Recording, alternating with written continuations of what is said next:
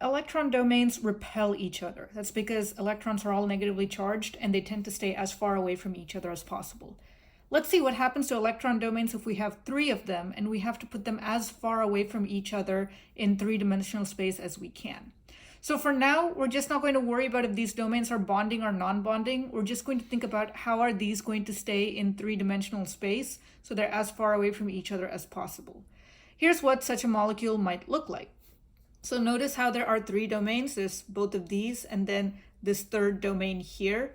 In this case, this is a double bond represented by the 2 bonds. So we know that the double bond counts as 1 domain. Each of these count as 1 domain. So that's 3 domains. We call this shape trigonal planar. And what trigonal planar means, trigonal is for 3. 1, 2, 3. We have 3 corners here. Planar means it's on the same plane. So let's look at this sideways. You can see that this is a very 2-dimensional molecule. See how I'm able to completely obscure the central atom with the way I'm holding it? And you'll also notice that all of the atoms are on the same plane, on the same flat plane. So this is called trigonal planar because we have, when you look at it from the side like this, you have 1, 2, 3 points. And then if you look at it this way, you can see they're all on the same plane. There is nothing raised. This is not 3-dimensional.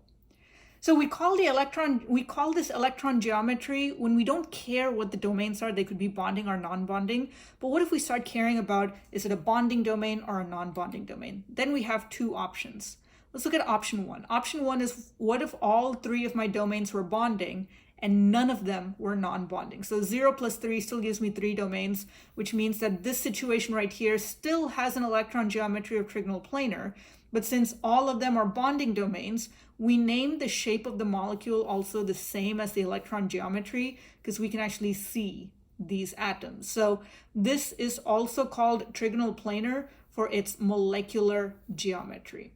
Okay, what about the molecular geometry where instead of having 0 non-bonding domains, I have 1 non-bonding domain and only 2 bonding domains? So I'm taking one of my bonding domains, making it a non-bonding domain. So I have 1 non-bonding domain and 1 bonding domain. 1 plus 2 still gives me 3. So I have 3 domains total.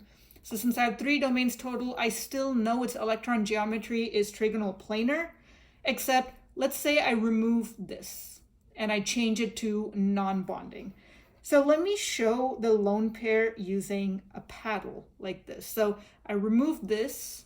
It's the same kind of structure. I removed this and showed it with this paddle to show you that that's where the lone pair would be, except we can't really visualize this when we study it in the lab. So let me go ahead and remove this paddle for simplicity to just look at this molecule. So you can see that it's still trigonal planar for electron geometry because if I had that lone pair here, it's still trigonal planar. I have 1, 2, 3 at a 120-degree angle from each other, but that's electron geometry. But to look at the molecular geometry, I only look at the atoms. So not looking at the lone pair, we see that the structure is bent because you can see it's got this kind of V shape to it. So this is a bent molecule. But regardless of if it's bent this way or has all 3 bonds, these are all considered trigonal planar electron geometry because they have 3 domains in total. The only thing that distinguishes bent from trigonal planar is how many non-bonding domains are there.